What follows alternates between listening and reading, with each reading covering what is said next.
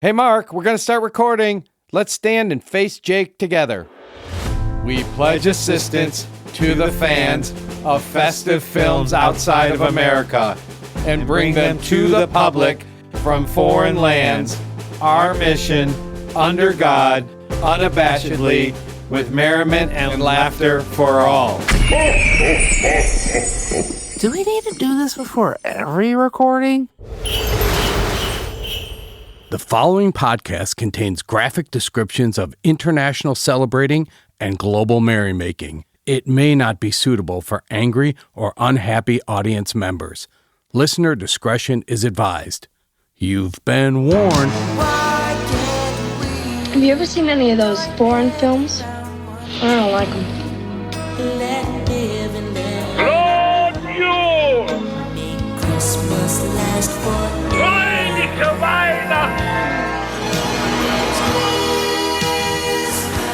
Some are born great, others achieve greatness, and some watch Christmas movies.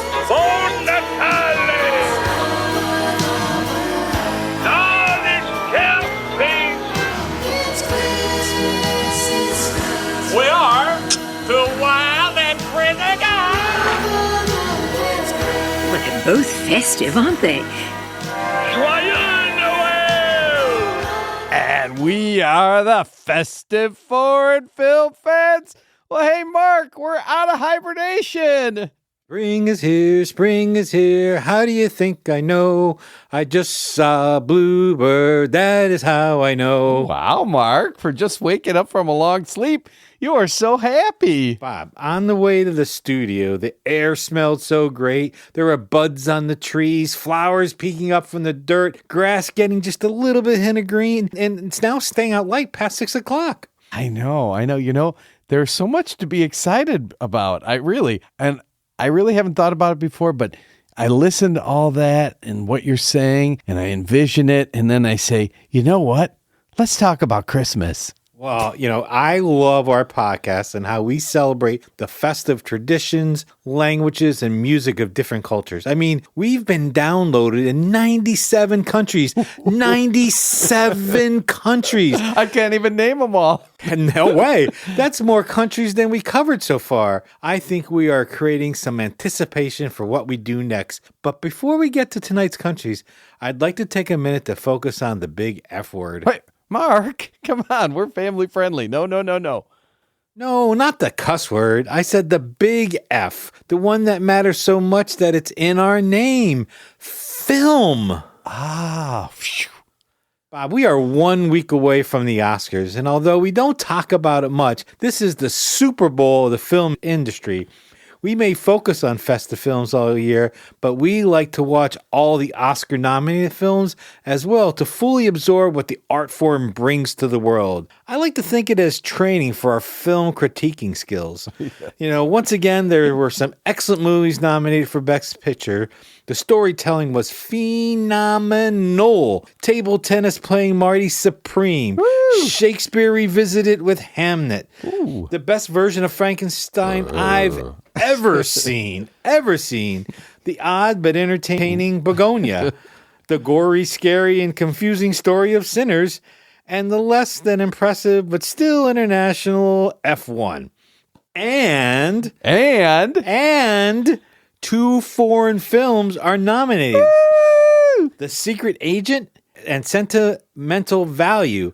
I personally loved Sentimental Value.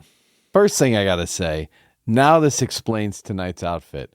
This gold bodysuit, you want to look like Oscar, don't it's you? Giving me a wedgie. I know. It does make you look a bit naked. Actually, Bob, I'm glad you have that sword in front. Oscar something, but ever since you created the Festy and we gave it to Jackie, I'm sorry, there'll be no other award I ever want to ever win.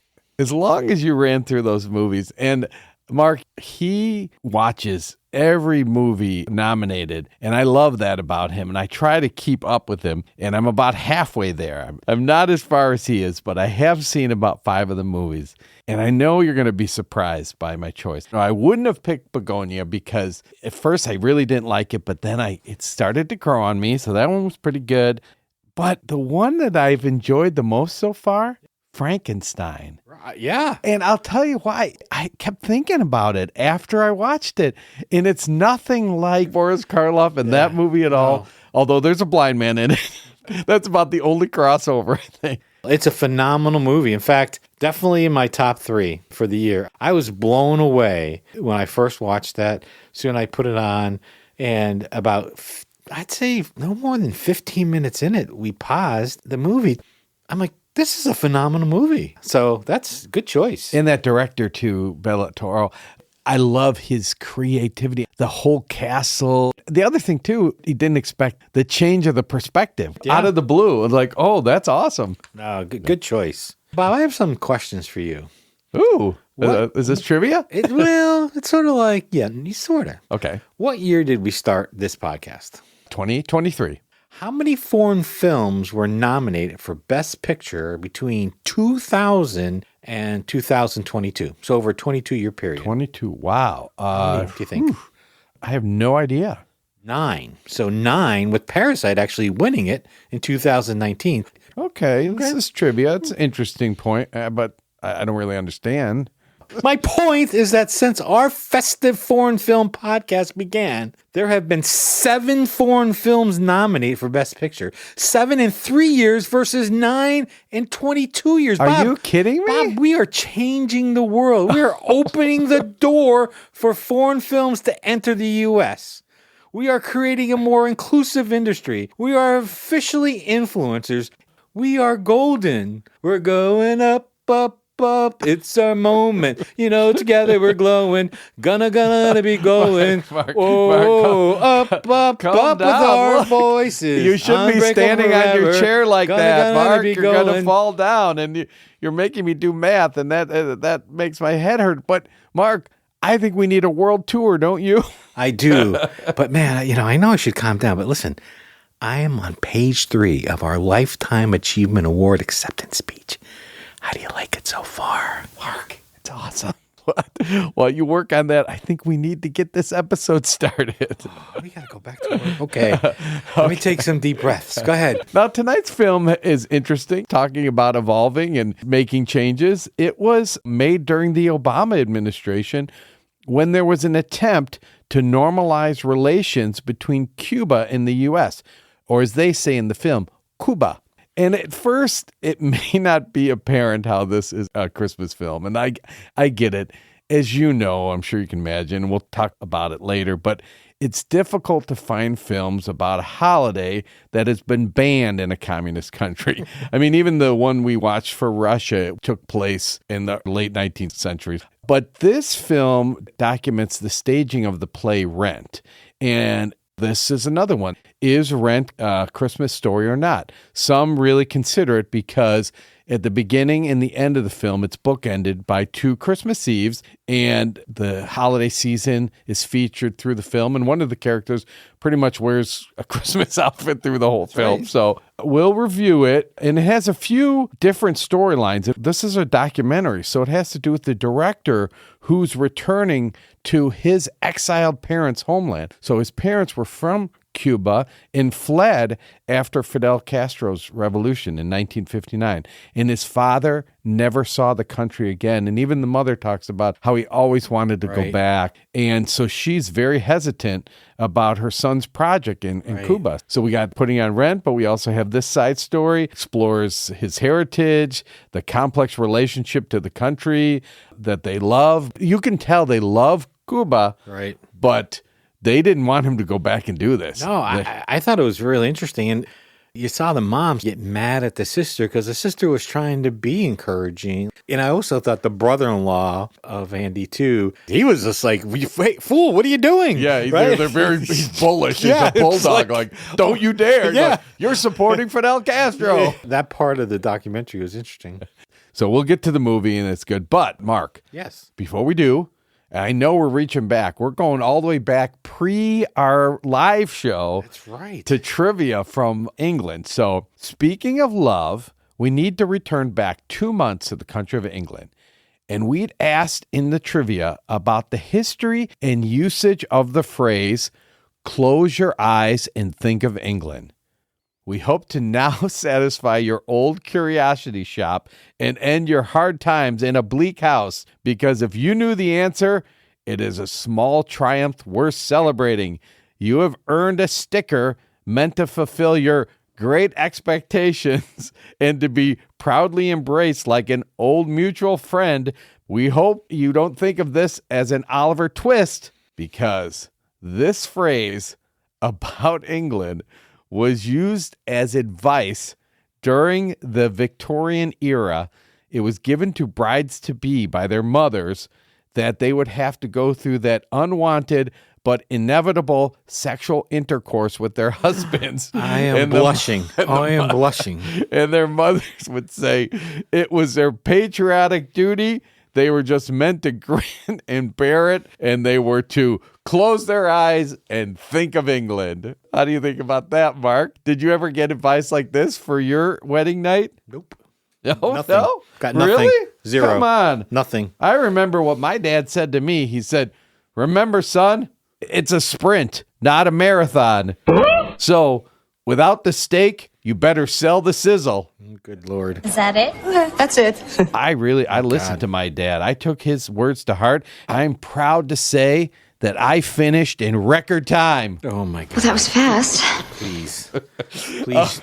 Jesus, just take me now. Oh, so anyway, I do know it's time to close our eyes and think of that sun-faded and weathered beauty of Cuba and discuss another documentary. And this one is called Revolution Rent 2019. Want to watch a Christmas movie? Christmas movies are our bread and butter. We eat Chinese food and watch Christmas movies. I heard it's the best Christmas movie since Home Alone.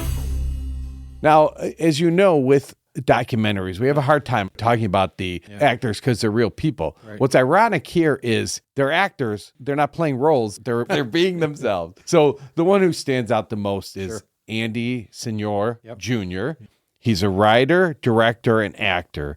Andy was born and raised in Miami to Cuban exiled parents, as I said. He made his debut in the musical Rent as Angel, and a lot of people say he defined the role of Angel. He performed it on Broadway, in London, in both the national and international tours. He's had some film and television credits in Dummy, Lola, and Ed, and he later directed productions. So, you know, this one in Havana. Right. He also did one in Tokyo and Seoul. And the one in Havana became the subject of this documentary, which he also directed, because this was the very first Broadway musical production in Cuba in over 50 years. Amazing. Obama had made this outreach to try to normalize relations, and one of the first things we do is sent them over to put on this show. He has some other Broadway directing credits, included On Your Feet with Gloria Estefan and Holiday Inn. Another connection. If you were familiar with the Broadway cast of Rent, you may know some of these people. Anthony Rapp. Interesting about Anthony is the controversy that followed him later after he was in Rent. Anthony Rapp, he's an American actor and a singer, and he's from Joliet, Illinois. It's close by where Mark and I are. He started his career at an early age, 6. He received his first professional job at the age of 9.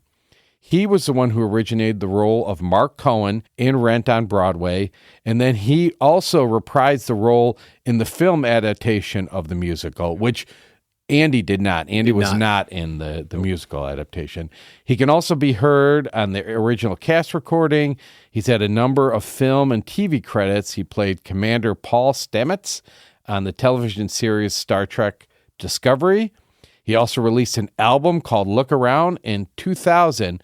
But odd thing for being an actor and being in Rent, he's probably most known as bringing forward the allegation of sexual misconduct against Kevin Spacey. Yeah.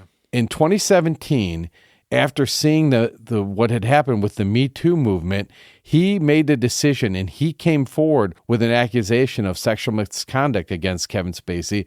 His accusation actually cost him a lot in his own career, but it did embolden 30 others to come forward with their claims of sexual misconduct. Always that first brave step people take. but that's amazing what he did. It is, and especially when you see what it cost him, right? Yeah. And then the third is Daphne Rubin Vega. Again, she originated the role of Mimi Marquez in Rent. She's an actress, a singer. She wasn't in the film adaptation. She's also known for her roles in Wild Things, In the Heights, and Sex and the City. Before landing the role of Mimi, Rubin Vega claims that she was not a big fan of musical theater. She had to be talked into actually being in Rent. She was the lead singer of a Latin girl group called Pajama Party, and they had 3 songs that hit the Billboard Hot 100 in 1989 and 1990. Wow. She's a big deal. So, okay. It's a big deal. All right. So I'm going to describe as best I can some of the components of it. Like I said, it's a documentary, and basically the storyline is really them going to Cuba to put on this play. It starts with the opening night on Christmas Eve. The writer of Rent, who died, they say during the film he always wanted the play to open on Christmas Eve, and it never did. But this was the only time that they actually opened on Christmas Eve. They're nervous. This was probably a nod to Cuba. Have a drink of rum to settle your nerves before you go out on stage. So we have Andy there as a director, who also was the actor, got so much attention when Rent blew up and became such a big production. And I thought it was interesting that one of the quotes that they post early on from that writer of Rent was, the opposite of war isn't peace, it's creation. It was perfect. So they go to Cuba, first production in 50 years. There's this whole discussion, as we described, with Andy and his family, his mom, his sister, his brother-in-law. His mom is not happy. And what's so interesting is she clearly is his biggest fan. Right. She talks about having seen Rent 60 times, traveling all over. It is kind of cool how the document starts with opening night. A woman playing Mimi is about to puke multiple times, but then they go flashback than the beginning of the story. Even though Cuba was in this new, a little bit more openness, people who came out gay were put in prison. Yeah, they talked about it, that they had been put in their version of concentration camps. Yeah. It was interesting that was the play that they selected to send, the first one to send over there. I think they would have done Oklahoma or something. No, something more traditional. Yes. Yeah, more a little less controversy. Right? Yes, yeah. And what I didn't expect, you go into it thinking, oh, you're going to learn about how they put on a show and more about the political relations in Cuba. I didn't expect the whole family second storyline that really became much more meaningful, because you felt when they said that dad always wanted to go back, and the mom goes back with Andy and sees where the church where they got married, and he died and never got to go back. And it was just very touching. It was very touching. And why their whole family was reluctant for Andy to go, everybody does come over to Cuba to, she said, visit the old neighborhood and to see the actual production. That conversation, when it ends, you would think, oh my gosh, they are going to resist. They're not going to go support him. And I understood both sides of the argument. Andy's saying, what better way to bring freedom to Cuba, to bring this play, put it on, have the people come see it, and they can appreciate the freedoms of the U.S. And the family's like, no, the government wants that. They want to be able to hold that up and say, look, we're doing this for you, but they're still going to keep the people oppressed. So I got both of them. But the mom does say she's happy at the end that he brought her back and she gets to experience Cuba. The document then takes us through Andy's assembling of the cast and coming in for tryouts. And after the first day of tryouts, he's like, oh my God, I'm so underwhelmed. Underwhelmed. I mean, you think about the U.S. to Cuba. I mean, Cuba has artists and singers and beautiful Cuban music and stuff, but certainly not Broadway or off Broadway or off Broadway. It's not only maybe the actors aren't up to par or the same level they're used to. It is, okay, we have blackouts. We have no electricity. Yeah. Oh, we're building the set. I told them what to do. I come back 2 days later, nothing's been done. Right. So rudimentary, but all that, they're still forging ahead. He's got a vision. He's got something in mind that he wants to do. And so he keeps persevering and he picks the actors that he wants to play the roles. That's the drama of this that I guess I didn't anticipate. And I don't know how different it is from putting on a Broadway show here, but watching that crew evolve and really come together and put on that show, that I thought was fascinating to me. What is different. And I kind of felt for the actors. They did a lot where they would go and show where they lived. Oh, my goodness. And I felt sorry for them because in some ways they were embarrassed and you saw the conditions that they live in. And to be fair, I'm sure that some of the actors that are trying to make it in New York, they don't live in probably the best places in that, but it was tough to see that. Yeah. What year was the documentary, Bob? 2011? 2011. So it's not that long ago. No, not that long ago. But they had pride. I mean, you talk about the blackouts and no water. Am I going to have water this morning? No water. Yeah. It's hard not to cast or go down a political talk track, but I think it's interesting how you talked about that cast at one point where they all just kind of admit each one of them was there just for themselves. Each one of them wanted to do their role and just be the best for themselves. And it's kind of getting close to the production time. And Andy sort of has that come to Jesus meeting with them. It's almost like he breaks them down. Yeah. It can't be this way. And I get like the one woman saying, I'm losing $400 Cuban dollars a day to do this. It's a struggle. So I felt for all of them. I did too. Gosh, what a gift Andy gave them. I agree. And you know what I liked is that you have all the actors who did it on Broadway, and you also have the choreographer, the music, the wardrobe person. So what I loved that they had the perspective, because most of them had risen up from when it was off Broadway, when Rent just started. And they're like, this reminds us of the early productions, back when it was new and fresh. And so they were kind of enjoying that again as well. Right.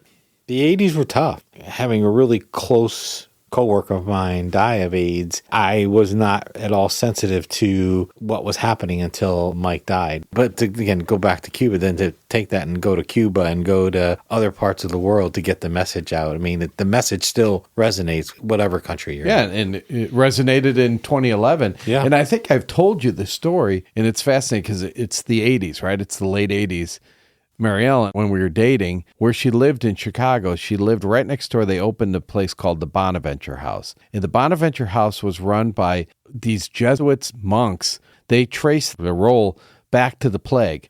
They first started when they cared for people who were tossed out of the city. Then they took care of lepers. So their house, they took in people who had AIDS whose parents had rejected. They were on their own. We met the guys and talked to them. But when they first opened, oh my gosh, there were big protests. And what was really terrible was there were a lot of church people who were protesting against it.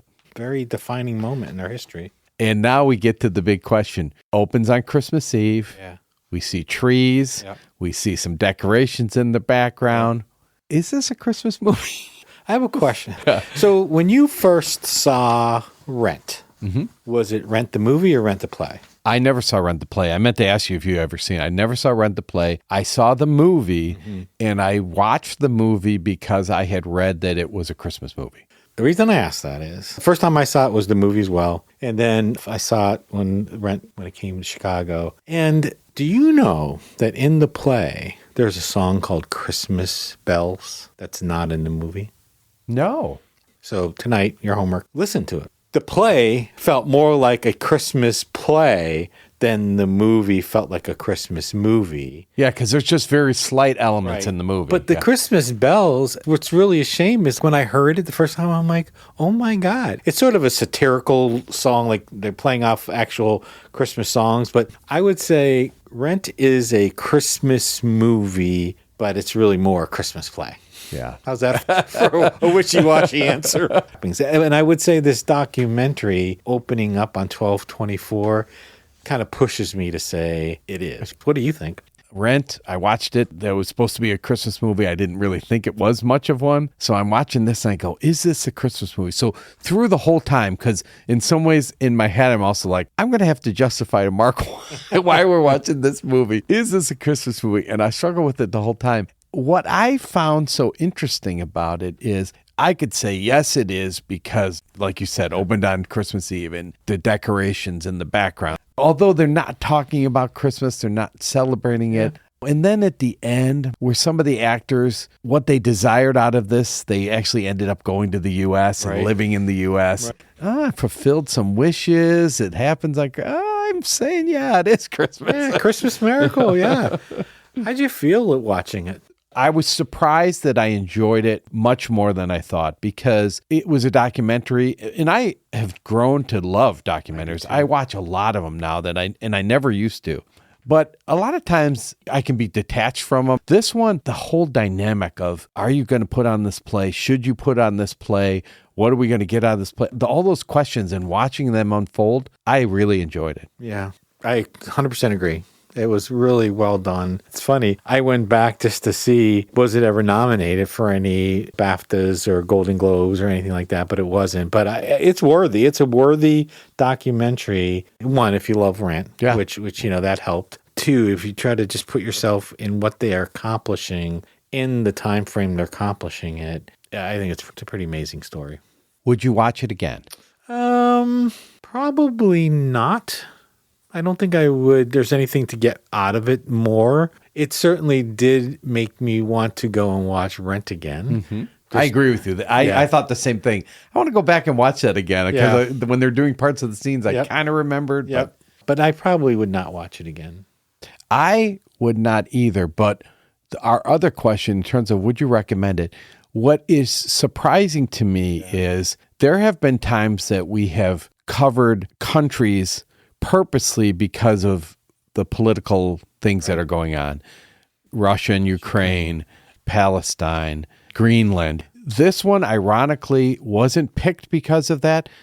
But the minute we picked this, Cuba becomes a big discussion point. And even now, there's this whole, are we going to invade Cuba? Are we going to do something with Cuba, with the U.S.? So there is a part of me that recommend people to watch this, learn more about Cuba, Yeah, I would recommend someone to watch it. Again, I would probably the basis on, hey, do you love the movie? And in fact, I have to tell Brian was sort of the person who brought Rent to me. Oh. They did part of the music in one of the Fall Follies, and then he watched the movie, and then he asked for the movie for Christmas. And so we watched it. Well, here you go. I just had a memory flashback. We watched Rent for the first time on Christmas Day. It always comes back to Christmas. And I remember us all sitting there just weeping for lots of different reasons. So anyway. I love that song too. And they sing it when they're all lined up, the song about the whole year. Yeah. 10,000, Yeah. I love that song. Yeah. The other thing that I did find fascinating, just to see the background, can't you see how Cuba in its time was beautiful? Oh, yeah. Some of those buildings, and I mean, they're falling apart and they're peeling. This one had to be a really fun place back in the day. All right. Now, Mark, we have learned how to say Merry Christmas in Spanish several times. Yes, we have. And we've attacked it from different angles. In this, I was thinking Cuba, it's Feliz Navidad. What do I do with this one? Right. Well, instead, I'm going to teach you how to say Happy New Year in Spanish. And this goes back to even some of the discussion we had when we were talking about Russia. What the communists tried to do when they were banning Christmas is they tried to get the people who enjoyed the traditions and the customs of Christmas, they tried to move them to, hey, you can just do the same thing, just do it for New Year's. So this is how we say it. We say Feliz, we know that one, Feliz Año Nuevo. Feliz Año Nuevo. Yeah, see? Yeah. Feliz Happy New Year. And so for decades after that 1959 uprising, Christmas was not officially celebrated and was not a public holiday in Cuba. Because of this, it does not have a huge nationwide following, although many Cubans celebrate behind closed doors. They just had to hide it away. Since January 1st marked the anniversary of the Cuban Revolution, that's why New Year's Eve became a huge holiday. Big celebration, lots of fireworks, there's parties, family meals, dancing. That's why we decided to do Happy New Year. And again, this is similar to some things we've heard in some of the other Latin American countries. In preparation for the midnight on New Year's, you need 12 grapes, one for each month of the year, champagne or cider to wash them down, a bucket of water representing anything bad from the past year, and a suitcase if you're hoping to travel in the next year. And so their traditions focus on cleansing the old year and welcoming prosperity. So you eat 12 grapes at midnight. You try to eat all 12 in the first minute of the new year. You throw a bucket of water out the door to banish negativity. And if you plan to travel, you take your suitcase and you walk around the block with it. Again, meant to ensure good travel. Wow. What is so funny? I like it. You can find tons of YouTube videos of people doing all of these things. Sometimes I'm like, is that true? Do they really do that? I'd love to see these pictures of these people grabbing their suitcase and walking around the block. Okay, so are there Christmas customs? As much as they tried to ban it, hide it, put it to death, did not happen. There are some Christmas traditions, and we're going to talk about them. There is some places where they do celebrate Christmas quite spectacularly in Cuba. There's a town called Remedios that from 1820, they have had this festivity of Las Prendas. It's grown so big, and now it's 18 communities in the center of Cuba have a famous Christmas festival. It's been going on for so long, and it's so well known. It's a huge carnival-like festival, and Remedios is one of the country's oldest cities. And the story goes that there was a young priest who noticed that around December 16th to Christmas, people were getting so busy that attendance at Mass dropped off. And he's like, well, this is a big time. It's Christmas time. More people should be coming to church. So what he decided to do is to attract the parishioners. He told local kids, go out into the streets and use whatever you kind of noisemaker you have, but make some raucous noise to attract people to the church. So horns, bugles, rattles, cans, whatever they could. And so then this tradition evolved, and then it became organized bands playing music in the street.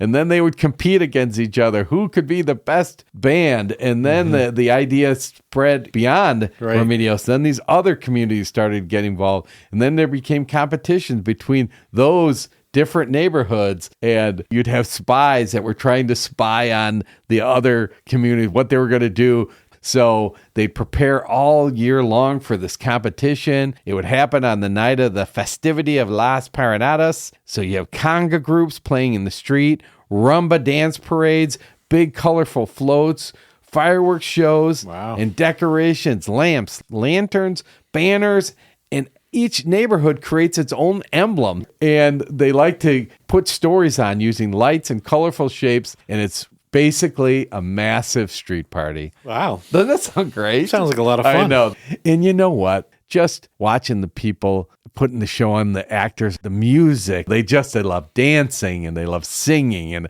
so I'm thinking, I'd love to go to Remedios. That would be really fun.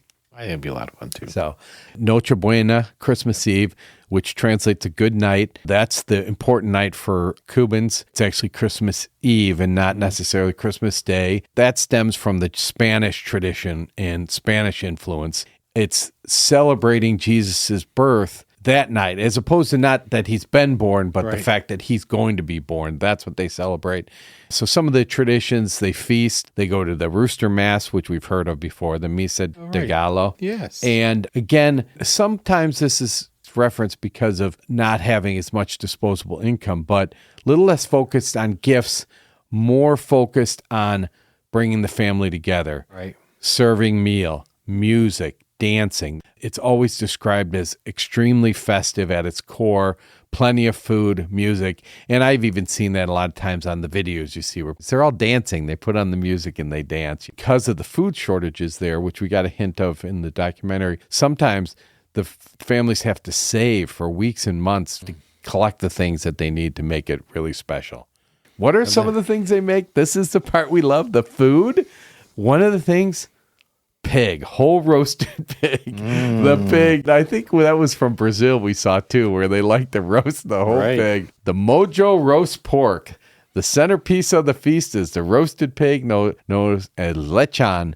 It's cooked on a spit in a pit and turned around, and the Cubans will put a stick through the pig, place it over a fire, and cook it very slowly. The authentic Christmas lechon is made by digging a pit in the backyard and slowly roasting the whole suckling pig. However, as an easier alternative, you just use a fatty cut for roasting, like the butt is recommended, but they often will use the shoulder. And they say the process lasts the entire day. You always have several family members who are involved in the cooking and the prep time just to get the meat prepped, the pig ready 72 hours before. And what do? You use your mojo sauce. The mojo sauce is made a few days before because the longer it sits, the more flavor it gains. It's herbs and spices and seasoning, and it's made with naranja agria or sour orange. So get the sour orange, lots of garlic, olive oil, chopped onion, white vinegar, oregano, cumin, salt, and pepper. They say it's heavily garlic citrus that you marinate your pig in for 24 hours to penetrate the meat. And sometimes you even inject it into the pork to make it more tender and flavorful. Most Cubans will describe the aroma of the pig wafting through the air as one of their happiest Christmas memories. And guess what?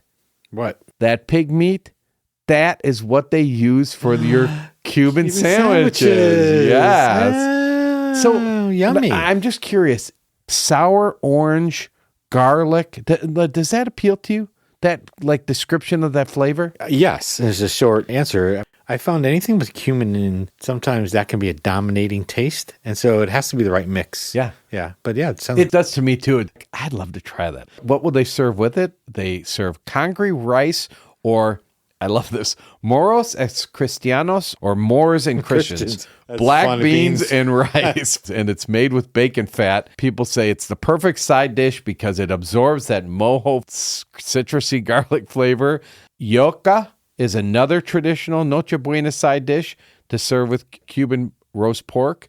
They say yucca and roast pork are a food power couple. And yucca is a root vegetable commonly known as cassava. You can broil it, you can fry it, you can mash it, and it's covered in mojo criollo. Criollo is what you use as a dip. So this is what you dip things in. Saute the ingredients with lime to create a sauce that is citrusy and provides a flavor boost. You also might have tostones or plantanos. I know we've heard these before in Latin America. Those are crisply double fried plantains. Yeah. Yes. But these ones are a little bit crispier. So you got your rice and beans, you got your pig, you got your yucca, and now you got your fried plantains made from ripe green plantains, sliced and fried until tender in the middle, but crisp on the edges. You also might serve some Cuban bread. Cuban bread, the reason why it's different, what makes it a more unique flavor, they make it with pork lard. Again, pork. And then finally, what you're going to have to serve to drink, crema de vie. It's Cuban eggnog. The name translates to cream of life. And it's a bit of an odd name because crema is Spanish and vie is French, so it's Spanish and French. But the Cubans will pronounce it crema de villa. Cubans have a sweet tooth, so it's really sweet. Simple syrup, sweetened condensed milk, cinnamon, egg yolks, vanilla, and white rum. This one is more of a sweeter eggnog. That sounds good, though. Yeah. I would try it. Yep. And then finally, for dessert, yucca buenelas. Again, yucca comes back. Buñuelos have a long history in Cuba. Their roots can be traced back to Spanish influences. And again, these are usually served for Christmas.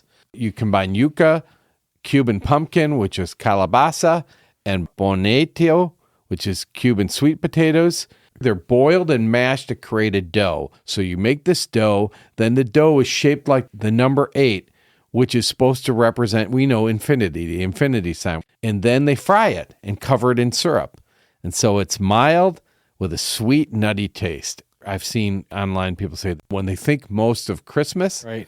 it's the buñuelos. Buñuelos, and I think the pig. Yeah, the bonellos sound really good. Yes, yes. I've never heard of those before. You've ever heard of yucca? And they use it in so many different things. They use it like mashed potatoes, in the dessert.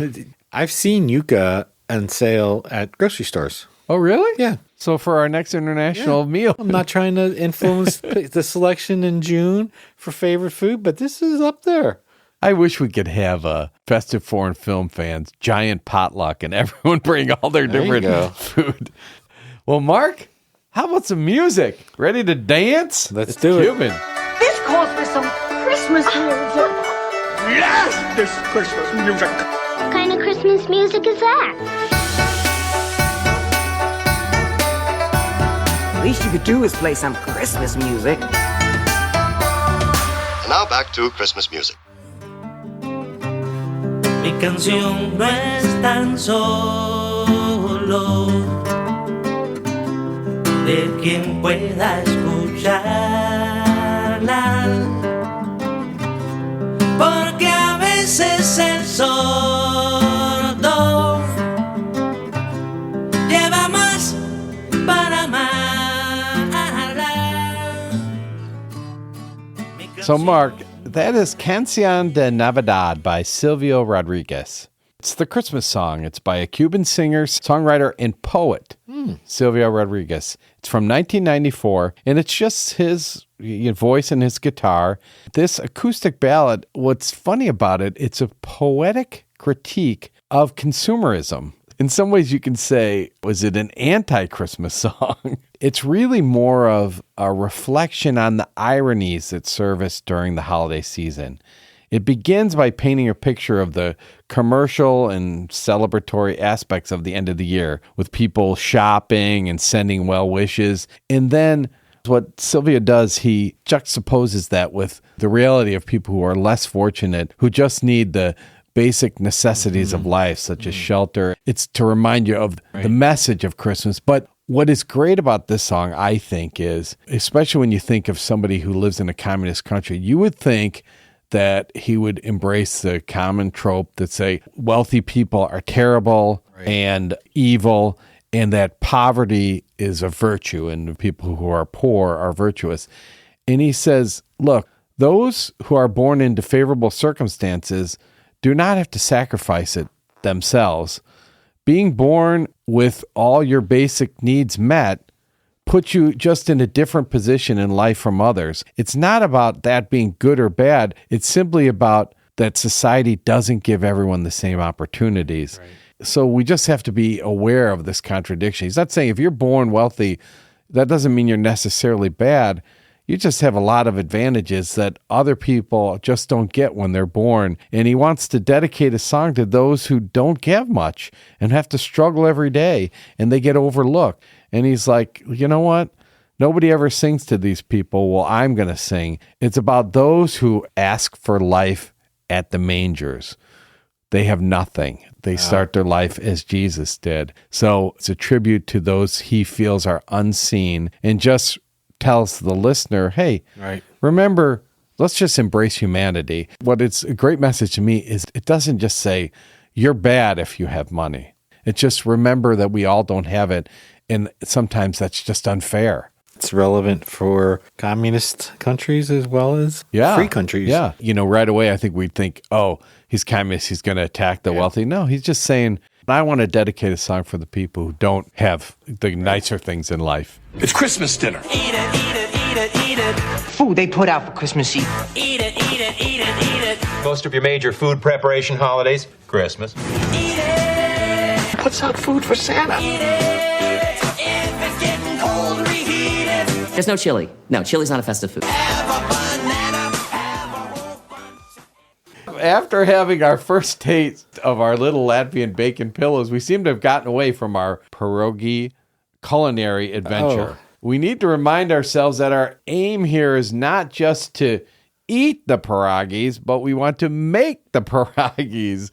And we don't want to just produce some fake American knockoff of them. We want the real thing. We want to replicate the true Latvian experience, which brings us to today's predicament.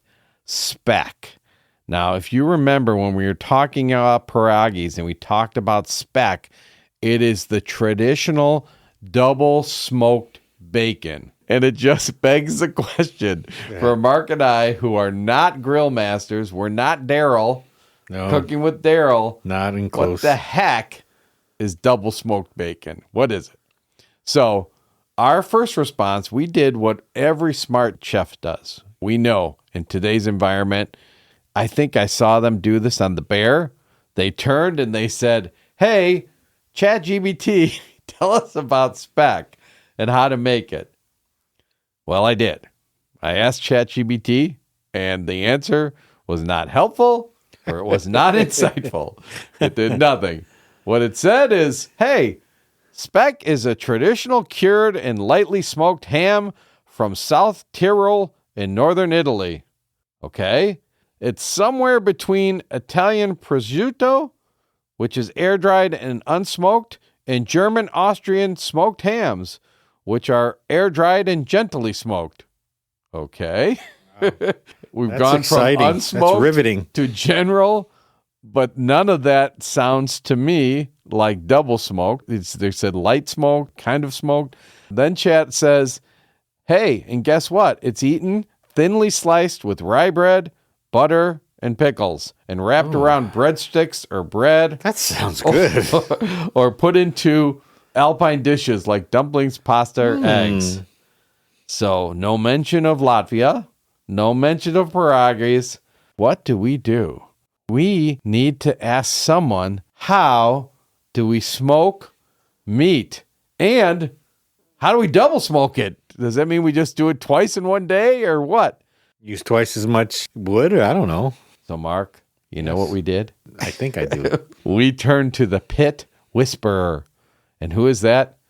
We know that Mark's one son is a brewmaster. Well, guess what? The other one, he knows how to smoke meat. And I'm sure he's not ever double smoked anything, but at least since we're all winging it here, like us making pierogies, he can wing double smoked bacon. We're going to ask Mark's son, Eric, about smoking meat.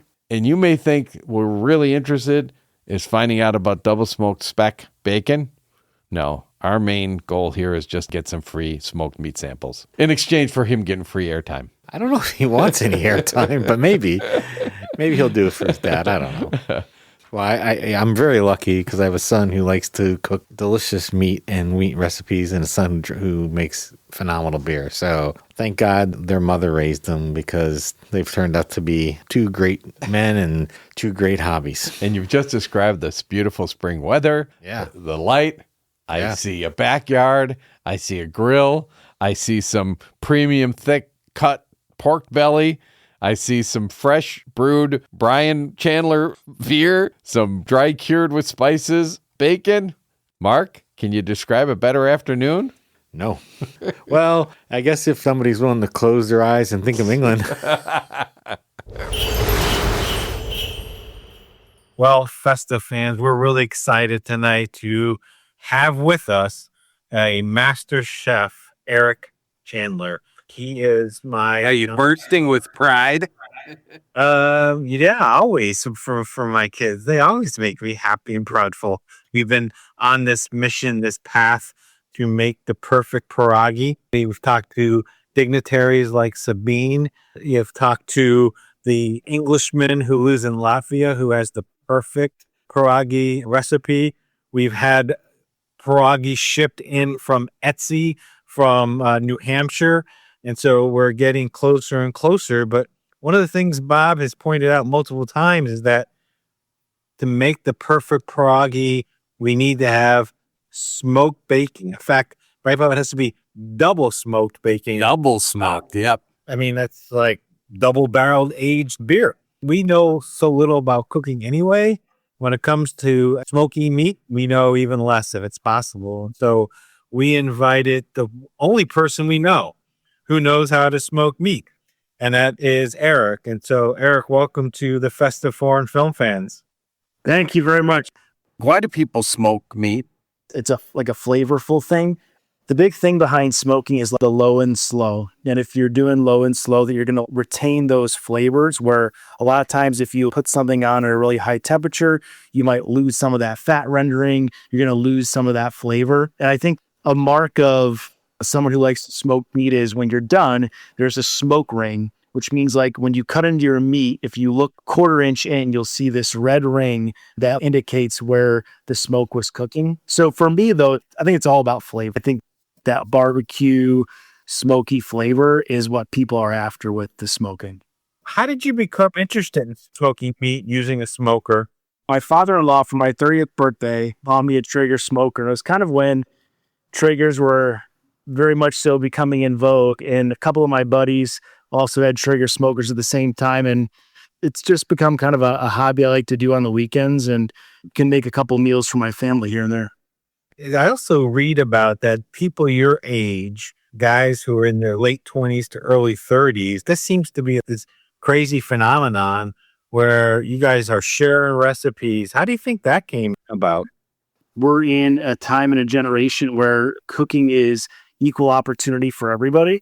And I just feel like being outside, being in the backyard, the barbecue over the summer, those are things that I think me and my buddies in our generation have gotten into, which I think is a pretty good, safe habit to have. I'm curious if there's a type of wood that you always use when you smoke, or is it just you vary it based on the kind of flavor that you want? I think some of the ones that you would see as staples would be oak, mesquite, and hickory. And then just like recently, I think people have messed with apple wood or cherry wood as a little bit more fruit-based. The one blend that I get, and I think it has mesquite, hickory, and oak as sort of the staples that you would like to use. So how do you choose what type of wood to use? If you want something that's sweet and fruity, and maybe like the rub that you're using also is sweet and fruity, and you're making pork, then that's a good fit for you. So I think a lot of it is also sort of like, hey, are you making porks that are going to be for pineapple tacos? Or are you making pork that's going to be for pulled pork barbecue sandwiches? So there's some indication of, hey, what am I using this meat for? That could also help indicate the type of wood that you would want to use for the flavor that you're going for. What's the prep time before you actually smoke a piece of meat? It really depends a lot on the meat and then the rub you're selecting and like, are you using a binder? I would say the meat that I've done that takes the most amount of prep time and is like the most finicky is almost certainly a beef brisket, where there's a lot of meat trimming that goes into that preparation. There's the rub that you would use. There's two different parts of that meat. There's the flat and the point. Some people separate those. So if you're doing a brisket, I know I was the first time I did it. One of my buddies came over to help me. We were like looking at YouTube videos and it took a lot of time and prep. And then afterwards, some people use injections to like help make the meat a little more juicy. And then there's every rub out there in the world that you can use. And a rub is essentially just a mix of different spices and herbs. And there's super pepper-based ones. There's like paprika-based ones. And you could pretty much get a rub for like any type of meat. So I think when you're trimming the meat, when you're considering your rub, the other thing that is important to consider is like your binder. And so the binder is what is helping the rub stick to the meat. For example, if you're making ribs, I use a binder of yellow mustard as well as like a Worcestershire sauce, and that helps the rub stick more to the meat. I think total prep time, if you're making a brisket, it could take you an hour plus to prep. If you are throwing together pork shoulder that's pretty simple, it could take 10, 15 minutes top to prep. So it kind of depends on cut of meat and what you're looking to do. Good thing you like pork, because that is what we're focusing on here tonight. It's bacon. Have you heard the concept of double smoked? And what is that? What do you think that means? Is it just you get it really, really smoky or what? That's a great question. I honestly haven't. If it were double smoked, I think that would just indicate that at some point it was taken off the smoker and then maybe was able to cool and then smoked again. I have no idea what the purpose or point of that would be, but I think it's like double IPAs or your double barrel aged stout. At the very least, it sounds cool to say. I struggle too. Is it to make it really, really smoky? And then wouldn't that just be you just keep it on longer instead of doubling it? But there must be some purpose to it. Yeah, I don't know. Yeah, we're going to have to investigate it more and figure out. It's a mystery. So, Bob, so far, I'm a little worried because we have to scold our flour. We have to bind our meat. We have to inject things, hopefully into the meat, not one another. This is starting to get a little complicated. It sounds like a science experiment. That's the part that scares me. It also gets you guys in jail at this point with some of those verbs you're using. We've been close to jail a few times. So you mentioned social media. For our live show, we had this guy cooking with Daryl. Have you ever listened or watched any of his Instagram posts or YouTube videos? Yeah, a ton. When you guys had Daryl on your live show, not that you two aren't the attraction, but when I texted it out to my buddies, they're like, oh my gosh, like Cooking with Daryl's going to be on there. All of my buddies knew that name and had seen his videos. And for me, he does a lot of awesome videos that are like simple, straightforward, and anybody who watches his videos can make them. I love making smash burgers. That's one of my favorite things to make for big groups of people. And I use his recipe and his seasonings to a T whenever I use those. So there's just some staples that he's made that have been very approachable for people to make, and he's entertaining. He's also sponsored by some companies that I like. A bunch of my buddies wear the Rohrbach golf gear, and he's sponsored by them too. So don't rub that in, Eric. Yeah, he's got sponsors. Yeah. He's more popular than he is sponsored, Bob. Two of the nerves that are always exposed for us, and Eric hits them both. Does Cooking with Daryl, does he smoke meat too? I haven't seen him do a lot of smoking. I know that he does a lot of work with steaks and veal. I think he does just like a lot of meat-based things in stovetop. I'm sure he has it within his repertoire, but it hasn't been what I've used him for a lot over the last couple of years. So, Eric, big question. Have you ever heard of smoking bacon? Have you seen any videos on it? I was thinking about this when I heard about your adventure with bacon, and it's pork. And honestly, the best thing that I've ever smoked is pork base. Pork is, to me, one of the kings of barbecue. So I don't think you can go wrong. I've never heard of somebody smoking bacon because I think it's one of those things that's hard once it starts cooking. I think people want to eat it like now. The whole thing about smoking is the low and slow over time. And I just don't know many people who have the patience and the will to not eat bacon quickly and cook it quickly. I've made one recipe that had bacon in it that I smoked, but smoking it wasn't a critical part of the recipe. Eric, and this is what's odd to me, is when we say bacon, we picture what we think of as bacon, but it seems like different countries call different things bacon, or there's varieties of it. They say, oh, it's the pork underbelly, and they're still referring to it as bacon. Think about what ribs look like. I think they might smoke a big piece of meat that looks more like ribs than the actual bones. I wonder if that's what bacon they're smoking. What do you think? Yeah, and that would make a lot more sense to me if there was one set of meat that I think gets way better when smoked versus any other way of cooking it. It's ribs. Pork ribs. Can make them every week. I love having them. I love trying them from other people. So if that's the case, that's going to be a delicacy by the end of your smoking opportunity. At least it sounds like pork improves with smoking. And no matter what, would it be a bacon, speck, whatever this is, it's going to be pork and it's going to get smoked. So you're saying that it's probably going to improve and cover the rest of our deficiencies, right? No doubt. So it sounds like, I'm not trying to say or put words in your mouth or remind you that I'm the papa for your daughter, but it sounds like you might be interested in maybe helping us experiment and smoke some bacon in your backyard. I've known both of you for a long time, and it was not lost on me that this might just be a whole setup for you guys to come to my backyard and use my Traeger grill. And I'm not above allowing that. And quite honestly, the only thing that I would say is the only rule that you have if you are smoking meat, whether you're starting at 6 a.m. in the morning or you're doing it at 3 a.m. with an overnight smoke, is you have to have a beer in your hand. So you are both allowed in the backyard if you have a beer in hand as we do it. What if you have a beer in both hands and then you can't really help? Do I still get to be there? That's a cheat code right there. That's perfect. We thought that was the price you were going to have to pay because you didn't bring us any samples of smoked meat tonight, which I thought was part of the deal, part of the interview. Well, I tell you what, I have enjoyed making meat, especially just for my family. I love having my mom, my dad, my brother, their family, and everybody over to smoke meat. Because another big piece of smoked meat is you bake it and it lasts for 5 meals afterwards. Bob, I think that you are now on the list of people who will get meat next time I make it. Oh, yeah. Mark and I will serve pierogi. What does one wear when they serve pierogi? Because I think all your listeners are probably envisioning that right now. What you two would wear as you serve. Our traditional Latvian costumes, you mean?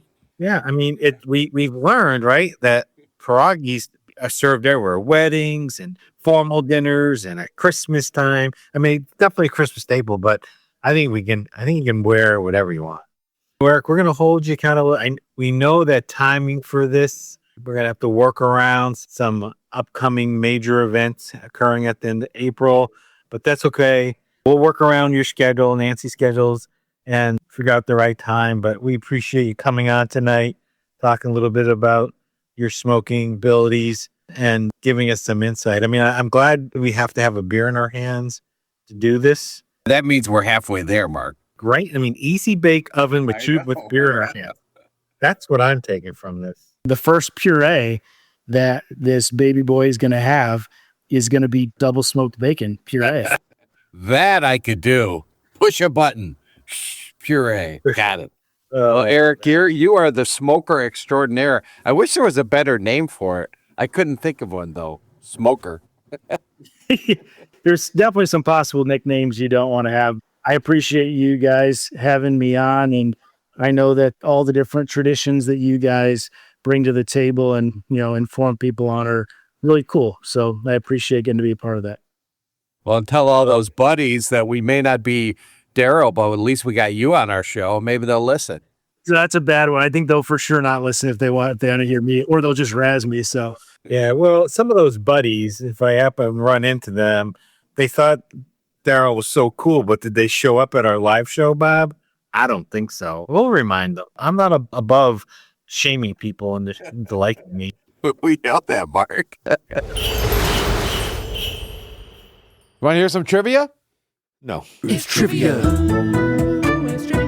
Trivia. You don't think there's any trivia that can top Close Your Eyes and Think of England? If it has anything to do with Fidel Castro, I don't want to hear it. Well, Mark, as we know, Cuba is incredibly close proximity to the United States. Yes. At its nearest point, Cuba is 90 miles south of Florida. It's incredible how close it is. Makes it a bit awkward because as this Caribbean island nation has been socialist since the 1959 Cuba Revolution, we are so close geographically and yet so politically distant, which has created some interesting minutia between our two nations. Well, minutia. That's our first question, though, that we thought about assessing you on. How about the fact that the U.S. has been sending checks annually for $4,085 to Cuba for the lease of Guantanamo Bay, and since 1959, only one of those checks has been cashed? It's the dumbest thing. It's the incredibly dumbest thing ever. Or how about in the 1960s, when U.S. biplanes were taking photos of Cuba, they noticed something peculiar. They were building soccer fields in Cuba. And guess what? We knew that the Cubans don't like soccer. They like baseball. But guess who likes soccer? The Russians. So that is how we first took notice, and that was the start of the Cuban Missile Crisis. I never heard that before. I got to go back to my history teacher. And look at this. We considered quizzing you about another odd detail, that after the 1959 Cuban Revolution, and when Cuba are aligned with the Soviet Union, and it led to all these decades of Cold War tensions and a break in diplomatic relations, it was as if the Cubans stopped buying new cars. Because guess what? Most people in Cuba today, they drive old American cars from the 1950s. Yeah. In fact, there are about 60,000 classic American cars in Cuba today, and they would be collector's items anywhere else. And you see them in this movie. It's amazing. And I love it because it's the big old 1950s with the huge doors. They're beautiful cars.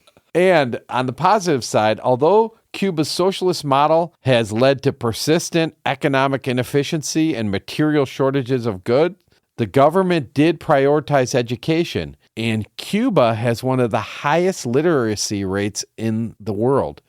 99.8% of the people can read. Isn't that amazing? Think about that, 99.8%. I don't even want to know what the U.S. is. Do you know? I don't even want to know. I don't even know. Ours is probably like 60. I don't even know. Here's what we thought. We thought this is something fun. If we asked everyone what was the biggest economic export from Cuba, everyone would say what? Cigars. Right. Of course you'd say cigars. Yeah. And you would be wrong. This is a result of another focus by the government, and it allowed Cuba to lease approximately 50,000 of these to different countries, and it generates $11 billion a year in revenue.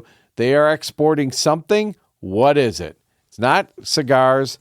50,000 of them going out into the world, generating an estimated $11 billion a year. Now, if you know, we have a colorful collective space for you. It is not one surface. It becomes part of the larger community where it is applied. Yes, it is our humble 4S sticker is equally available to you, member of the peasant class, to quietly bide its time on your cooler or water bottle, harmless, while dreaming of revolution. No, it is not of the luxury class, but just a common adhesive with a sense of purpose, ready to be slapped somewhere new to continue the struggle. When enough of our stickers are distributed throughout the world, they will appear together and rise up. Our stickers' power is strongest when it's shared by everyone, rather than reserved for the few. Wow. So send in your answer now to festivefans@gmail.com, and you will secure a sticker that we can all share, comrade. Mark, I'm excited. I do have a quote for you, though, before we go. What is it? Christmas gives us the opportunity to pause and reflect on the important things around us. That's by David Cameron. It's not as stirring as our sticker speech, though. Not at all. I mean, it's kind of a letdown after that. Was such a great speech. I know. That's going to show up someplace. It's going to be... Rise up with me, sticker holders. Exactly. It's like a revolution. Well, holy cheese, Batman. Our next episode is about Switzerland. Grab a hunk of raclette to melt and join us in the shadow of the majestic Alps as we watch the 2024 film, The Very Last Christmas, that you can find on YouTube. And now, Mark, today's episode reminds us that decades of communism in Cuba sought to suppress and eliminate Christmas, but it still survived, hidden in homes and hearts. Christmas now flourishes in Cuba again, showing how tradition, generosity, and hope can never be extinguished.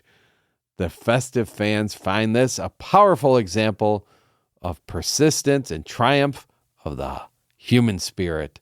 Look at it. We're just so motivated right now. I feel like, we talked about a musical today. I mean, I feel like, what's that song? One Day More. I mean, that's the kind of feeling I have right now. I'm just going to go out and start a revolution. Let's just go march on Jake. Let's go march on Jake. Uh-oh. Here come Jake. We better end this now. We better. Good night, Mark. Good night. Actually, we're done. Done. It's over. It's over. It's over. Kaput. Finito. It's over. It's over. It's over. This has been a Waysound Studio production. And sound engineering on our show is by Jake Fontana.